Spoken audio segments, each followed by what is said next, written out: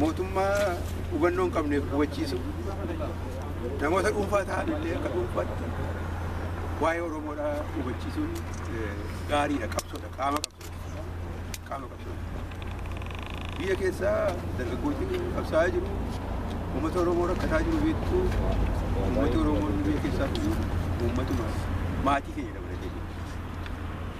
Maatiin keenya achittamanii isaas federaa lammiidha.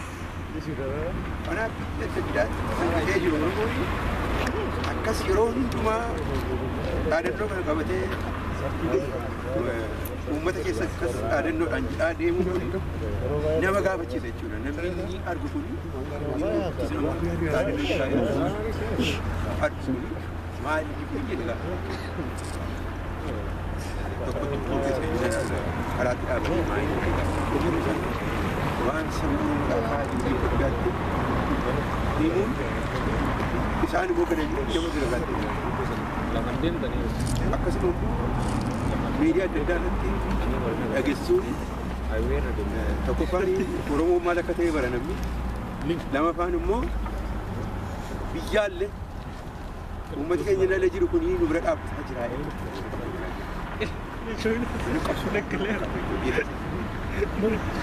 yoo akka kanaan dura callee biyyatti dhufe kun callee waa'ee rakkina biyya keessaa waa'ee uummata Oromoo irra jiru yoo ibsuu baate kanaan dura kana inni biyya keessaa uummati keenya nala jiru maal hojjeta jedhanii gaafa nutti kakaasaa amma garuu miidiyaa adda addaatti miidiyaan Oromoos baay'ataa dhufeera. Madda walaabuu sagaleen Oromoo kuni banamuunsaa akkasuma Oromoo miidiyaan neetwoorkii kun banamuunsaa TV biyyatti dabarsuun reediyoodhaan dabarsuun bifa adda addaatiin daddabarsuun kun uummata dhaggeeffataa jira biyya keessa dhaggeeffataa jira reediyoos dhaggeeffataa jira sababa illee dura ulfaamtee dhaggeeffataa nama baay'ee dhaggeeffataa sababa sochirtuu madda walaabuu Oromiyaa neetwoorkii illee dabalamuu kun biyya keessa taa'aa jira kanaaf yennoo keessa dhaadannoo jettanii uummata magaalaa keessatti mootummaa adda addaatti mootummaan Oromoo keessatti biyya keessatti dhaga'amaa jira. Kanaaf inni kun qabsoodhaaf Oromoota keenya warra qabsoo qabamanii hidhamanii mirga isaaniitiif akka malee waa'ee seera shororkeessuu jedhanii Oromootti maxxansanii Oromoo gadi ta'e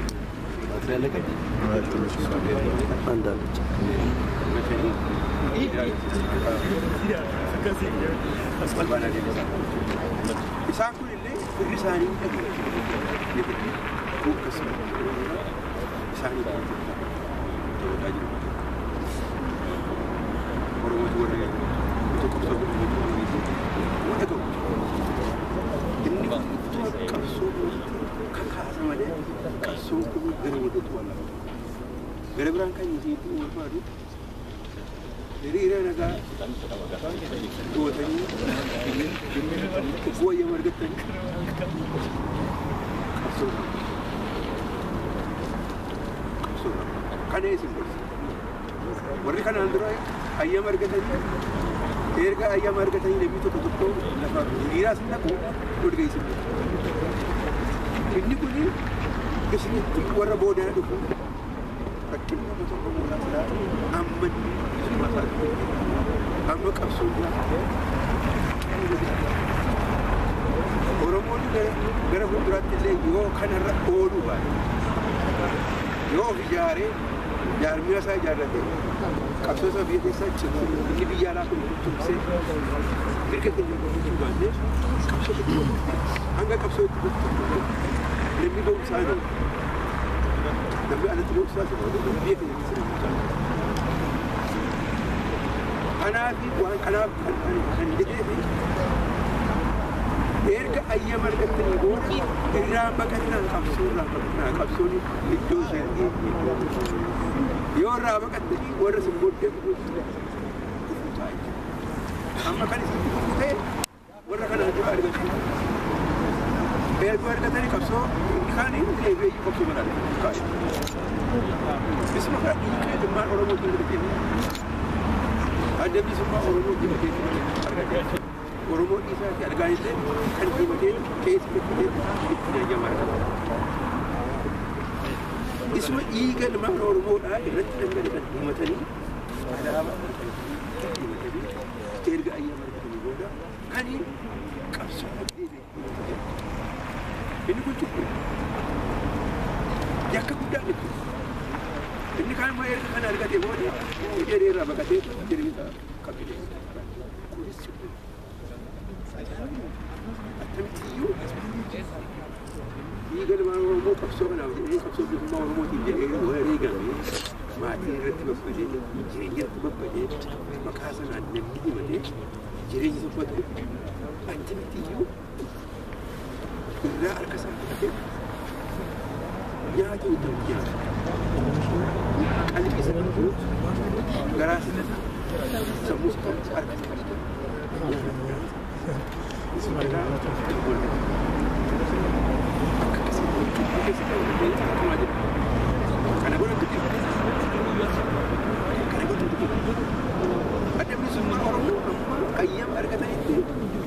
bu'anii gaafa ayyaama argatanii adda bilisummaa Oromoo akka fudhatu jechuudha. Qabsoo biyya keessatti adda bilisummaa Oromoo deemsisaa jiru kana tumsarraa akka fudhatu jechuudha. Kuni fedhii Oromoo fedhii adda bilisummaa Oromoo fedhii saba Oromoo fedhii biyya keessa fedhii wayyaanee jechuudha. Wayyaaneen kan ishee barbaadu wayyaanee turas maal barbaadu uummata Oromoo gurgurne uummata Oromoo akka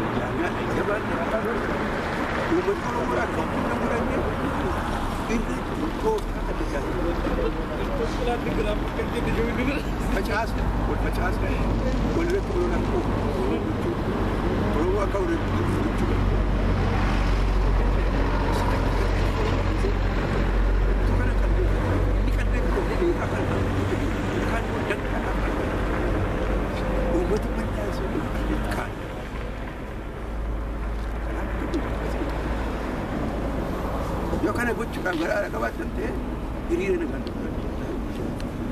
aadaan yoo kan jedhutti baay'ee haatoo Oromoodhaaf odeessa. Haatoo Oromoo odeessa. Inni didee keessaa bahee deebi'ee dhiichee daba hojjetutti innis inni madu.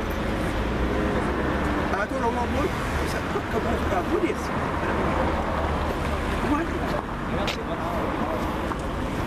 Kaitu kau dia ada di situ. Amarah pun betul. Baik.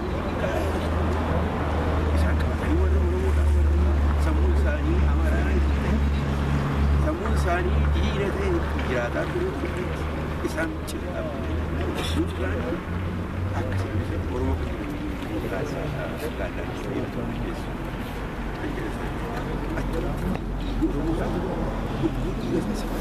satu mereka betul.